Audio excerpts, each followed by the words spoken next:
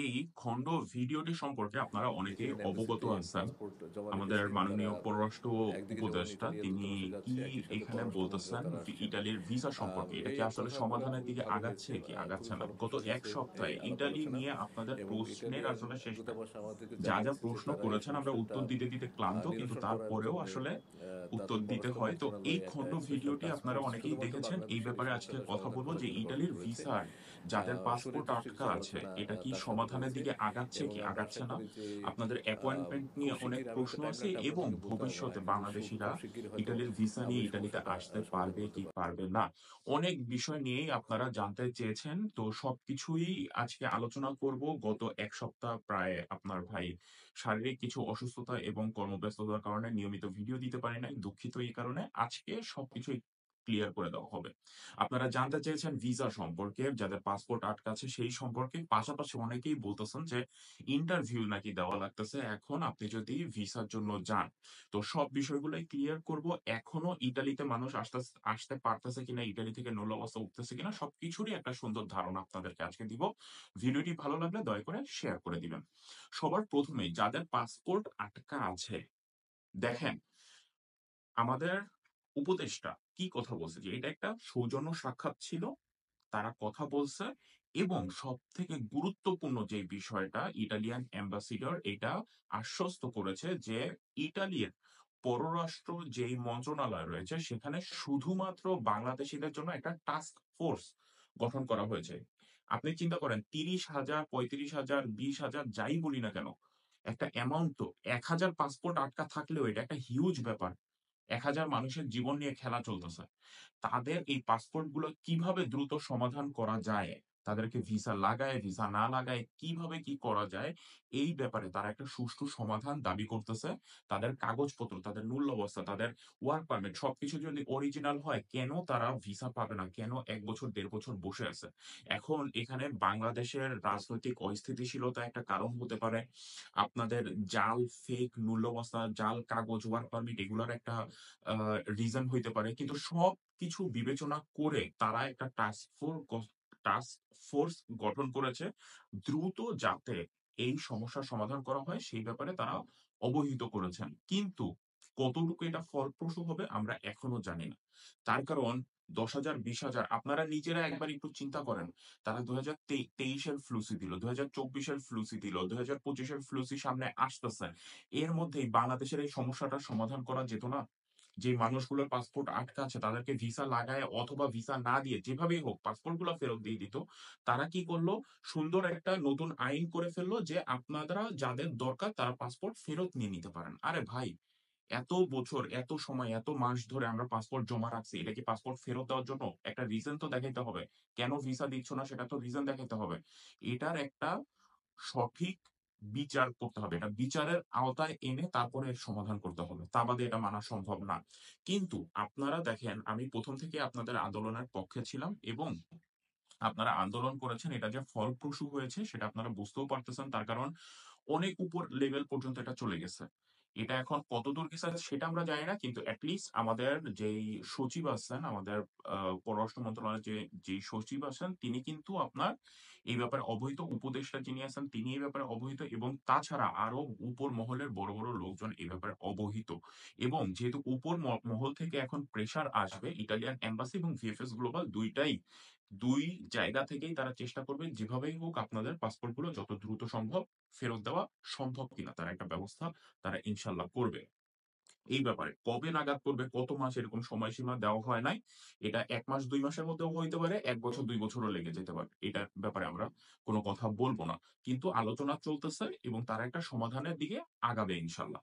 দ্বিতীয় জিনিসটা হইল গিয়ে আপনাদের অ্যাপয়েন্টমেন্ট। দেখেন ভিএফএস গ্লোবাল এর যেই রুলস এবং রেগুলেশন ছিল তার মধ্যে সরাসরি এটা লেখা ছিল, আপনি যখনই ১ম ইমেইল পাঠাবেন তখন থেকেই আপনার ওইটা স্টপ হয়ে যাবে, ফ্রিজ হয়ে যাবে।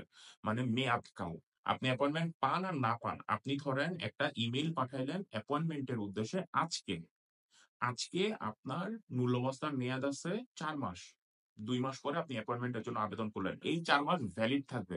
আপনি যদি আরো ১ বছর পরেও আপনি যদি অ্যাপয়েন্টমেন্ট পান, আপনার মূল্যবস্তার মেয়াদ যাবে না। এটুকু আপনি 100% সিওর থাকেন। এই রিজনে আপনাকে কখনোই সে বাদ দিতে পারবে না বা আপনার ভিসা ক্যানসেল করতে পারবে না যে আপনার মূল অবস্থার মেয়াদ শেষ হয়ে গেছে। এটা ভিএফএস গ্লোবালের নিয়ম। তাদের রুলস এ এটা লেখা ছিল। সুতরাং অ্যাপয়েন্টমেন্ট নিয়ে আপনারা কোনো টেনশন করবেন না। যখনই আপনারা আপনাদের মূল অবস্থা পাবেন, তখনই মূল অবস্থার ওই প্রোটোকল নাম্বার দিয়ে অ্যাপয়েন্টমেন্ট নিয়ে নেওয়ার চেষ্টা করবেন। তৃতীয় যেই জিনিসটা সেটা হলো যে এখন নাকি ইতালির ভিসার জন্য ইন্টারভিউ দেওয়া লাগতেছে। ভাই, ইন্টারভিউ কে নেয়? Visa officer. ভিএফএস গ্লোবাল কি আপনার ভিসা অফিসার? না। ভিএফএস গ্লোবাল একটা থার্ড পার্টি, দালাল, মধ্যস্থতাকারী, যাই আপনি বলেন না কেন। তারা ইটালিয়ান এম্বাসির জন্য কাজ করতেছে। তাদের কোনো অধিকারই নাই একটা ভিসা দেওয়া বা না দেওয়ার জন্য আপনাদেরকে মানে ইন্টারভিউ নেওয়া ভিসার জন্য। ওরা শুধু ওদের কাগজপত্র, আপনার যে ডকুমেন্টস সেগুলো তারা নাড়াচাড়া করে। তারা এগুলো ক্লিয়ার আউট করে। হ্যাঁ, এখানে কথা আছে। আপনি যদি কোনো একটা এম্বাসিতে ইন্টারভিউ এর জন্য যান, সেটা একটা ডিফারেন্ট ইস্যু। কিন্তু ভিএফএস গ্লোবালে আপনি আসলেন, আপনাকে আমি জিজ্ঞেস করলাম যে, "তোমার কাগজপত্র সব ঠিক আছে?" "হ্যাঁ।" "তোমার আলেজ্জোটা দাও, তোমার এইটা দাও। তুমি ওইখানে যেয়ে কি কোথায় থাকবা?" এখন সে দেখলো যে আপনি কাজের কন্ট্রাক্ট পাইছেন, আপনার কাজ করতে হবে ধরেন সার্দিনিয়া একটা দ্বীপে। ঠিক আছে? সার্দিনিয়ার ধরেন কালগেরি বা আলগেরো এখানে আপনার কাজ করতে হবে। এখন আপনার আলেজ্জোতে লেখা আছে পিসা বা আপনার আলেজ্জোতে লেখা আছে মিলানো। ঠিক আছে? এটা কি সম্ভব কখনো? আলেজ্জো মানে কি থাকার জায়গা। এখন আপনি কাজ করবেন হইলো গিয়ে ধরেন মিলানোতে আর আপনার আলেজ্জো যদি হয় রোম থেকে। সেটা কি কখনো ভ্যালিড হবে? না। সে আপনাকে জিজ্ঞেস করতেই পারে যে, তুমি থাকবা কই? কিভাবে যাতায়াত করবা? যদি ২-৩ ঘন্টার একটা ডিসট্যান্স হয়, তাহলে কিভাবে যাতায়াত করবা? থাকা খাওয়া কে দিবে? তোমার মালিক কই? এই জিনিসগুলা নরমাল ইস্যু। এগুলা যে কেউই জিজ্ঞেস করতে পারে। কিন্তু এইটার জন্য যে আপনাকে আ এটা একটা ইন্টারভিউ, এটা আপনি কখনো বলতে পারেন না। এটা জাস্ট আপনার কাগজপত্রগুলো যাচাই-বাছাইয়ের জন্য ভিএফএস গ্লোবাল আপনাকে কয়েকটা কোয়েশ্চেন করতেছে। এটা কোন ভিসা ইন্টারভিউ না। এটা আপনারা মাথায় রাখবেন। ওদের অধিকারই নাই আপনাদেরকে ইন্টারভিউ বা মানে করার। আ এটাকে কি বলে? জেরা করার। এটার কোনো অধিকারই নাই তাদের। ঠিক আছে? তারা শুধু আপনার কাগজপত্রগুলো নাড়াচাড়া করবে। এই বিষয়টা আপনার ক্লিয়ার থাকবে। সর্বশেষ বিষয়টা হইলো এখনো কি ইটালিতে মানুষ আসতে পারতেছে কি পারতেছে না? ইটালিতে বাংলাদেশীদের মূল অবস্থা উঠতেছে কি উঠতেছে না এবং ভবিষ্যতে কি হবে? দেখেন, সবার ১ম হইলো পার্সেন্ট রেশিও, এটা নিয়ে অনেক ঝামেলা আমি পড়ছিলাম। ঝামেলা ঠিক না। মানুষ ভুল বুঝে এবং তাদের কানে সমস্যা আছে। কানের মাইক মানে কানে তাদের আসলে কিছু লাগানো দরকার যন্ত্র। মানে আমি যে কথা বলি সেগুলো তারা না বুঝে উল্টাপাল্টা কথা আপনাদের কাছে রটায়। তো এই ব্যাপারে আমি কোন কথাই বলব না। কিন্তু একটা জিনিস দেখেন, বাংলাদেশকে এখন পর্যন্ত ব্ল্যাকলিস্ট করা হয় নাই। কিছুই করা হয় নাই। বাংলাদেশীরা এখনো আসতেছে এবং ইনশাআল্লাহ ভবিষ্যতেও আসবে। মূল্য অবস্থাও উঠে কি উঠে না এটা কিভাবে আপনি বলবেন? দেখেন, ১ম চোটে যখন উঠে তখন ২ টা, ৪ টা, ৫ টা, ৭ টা করে বিভিন্ন শহরে উঠে। এখন এটা পুরা থেমে গেছে। এখন ধরেন কোন এক শহরে একজনের উঠলো, আরেক শহরে একজনের উঠলো। এগুলোর কোন হিসাব আসলে এখন সম্ভব না। যেগুলো কথা আমি যদি বলি তাহলে বানোয়াট কথা বলব, বানায় কথা বলব, মিথ্যা কথা বলব। সেগুলো আমি আসলে আপনাদের সাথে এগুলো করতে রাজি না। তো আপনারা জাস্ট ধৈর্য ধরে থাকেন। আপনাদের মধ্যস্থতাকারীর সাথে কনট্যাক্ট রাখেন। মালিকের সাথে কনট্যাক্ট রাখার চেষ্টা করবেন। তখন আপনারা বুঝতে পারবেন যে আপনার মূল অবস্থা উঠতেছে কি উঠতেছে না। আর সর্বশেষে একটা কথা বলব, ২০২৫ সালের জন্য যারা চেষ্টা করবেন ভবিষ্যতে, দেখেন ফেব্রুয়ারির ৫, ৭ এবং ১২ আ গেজেট অনুযায়ী এখন পর্যন্ত এই ডেটটা নির্ধারণ করা আছে ক্লিক ডের জন্য। কিন্তু দয়া করে আপনারা এমন কারো সাথে কনট্যাক্ট এ যেয়েন না যে আপনাদের জীবনটা নষ্ট হয়ে যায়। কিভাবে? যে টাকা দিলেন, ফেক রিসিভও পাইলেন। ১-২ মাস পরে গিয়ে আপনার মূল অবস্থা উঠলো বলল, কিন্তু মূল অবস্থাটাও আপনার ফেক। তখন মানে আপনার সময়টাই নষ্ট হবে, টাকাটাও নষ্ট হবে। এই কারণে ইতালির যে একটা জট পড়ে গেছে, এই জট না খোলা পর্যন্ত আপন লোক ছাড়া দয়া করে ইটালির জন্য পা বাড়ায় না। অনেক দেশ আছে, রোমানিয়া আছে, সার্বিয়া আছে, চেষ্টা করতে থাকেন, ক্রোয়েশিয়া আছে। সেসব দেশে যান। ইনকাম যদি আপনি ধরেন ভাই, লাইফস্টাইল ইনকাম অত বড় একটা উন্তশীল না। অত বড় একটা ডিফারেন্স না। সুতরাং আপনারা যদি এখন রোমানিয়াতে যে ৳১,০০০ ইনকাম করতে পারেন, আর ইটালিতে বসে যদি আপনি ১,২০০-১৫০০ ইউরো ইনকাম করতে পারেন, খরচের ব্যাপারটাও আপনার দেখতে হবে।